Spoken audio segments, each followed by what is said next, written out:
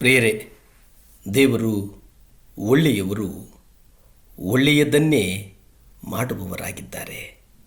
ಕರ್ತನು ಒಳ್ಳೆಯದನ್ನು ಮಾಡುವವನು. ನಾನು ಈ ಲೋಕದಲ್ಲಿ ದೇವರನ್ನು ಆರಾಧಿಸುವ ಬಗೆ ಹೇಗೆ ನಾನು ಕರ್ತನನ್ನು ಆರಾಧಿಸಬೇಕು? ಪ್ರಿಯರೇ, ಈ ಲೋಕದಲ್ಲಿ ದೇವರನ್ನು ಹೊರತುಪಡಿಸಿ ಬೇರೆ ಯಾವುದನ್ನು ಬಯಸುವುದು ಬೇಡ ಎಂಬುದಾಗಿ ನಮ್ಮ ಹೃದಯದಲ್ಲಿ ಒಂದು ಸಂಕಲ್ಪವನ್ನು ಮಾಡಿಕೊಳ್ಳಿ. ನಮ್ಮ ಹೃದಯದಲ್ಲಿ ಆ ಸಂಕಲ್ಪ ಮಾಡಿಕೊಂಡು ಕರ್ತನನ್ನು ಆರಾಧಿಸುವಂಥ ಒಂದು ಪರಿ ಉಂಟಲ್ಲ, ಅದು ಅತ್ಯುನ್ನತವಾದದ್ದು, ಉನ್ನತದಲ್ಲಿ ಉನ್ನತವಾದಂಥದ್ದು.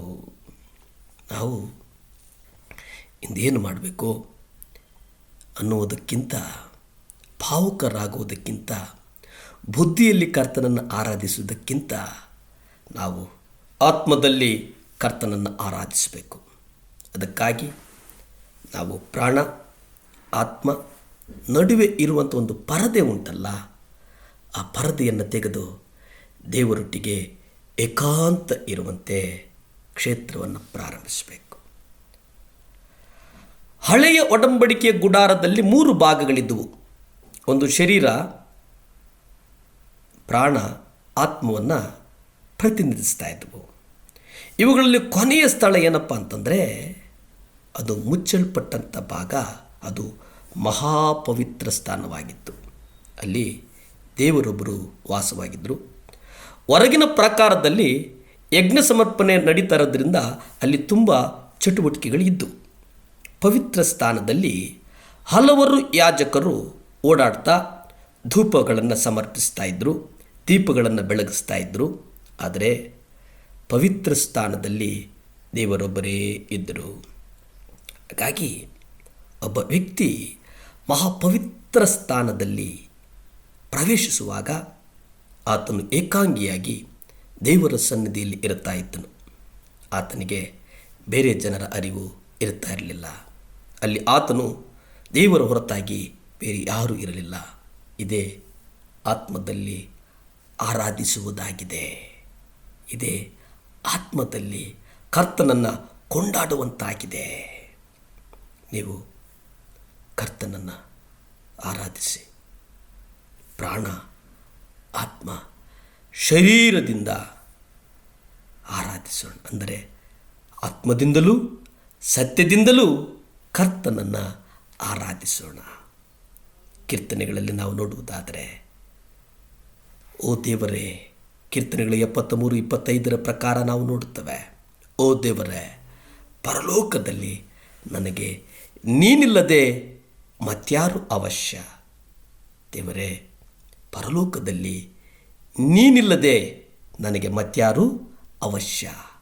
ಈ ವಾಕ್ಯ ಹೇಳ್ತದೆ.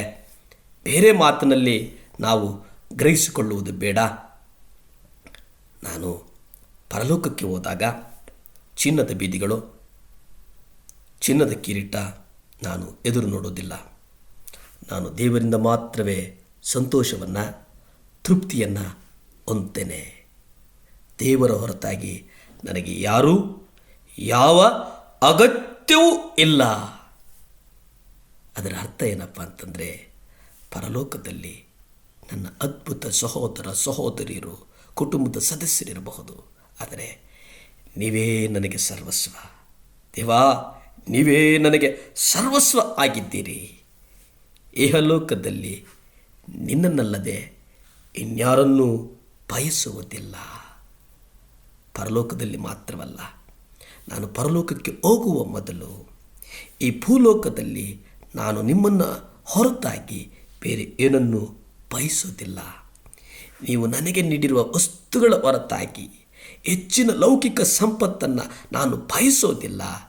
ನಾನು ಸಂಪೂರ್ಣ ತೃಪ್ತಿ ಹೊಂದಿದ್ದೇನೆ. ಇದು ಒಬ್ಬ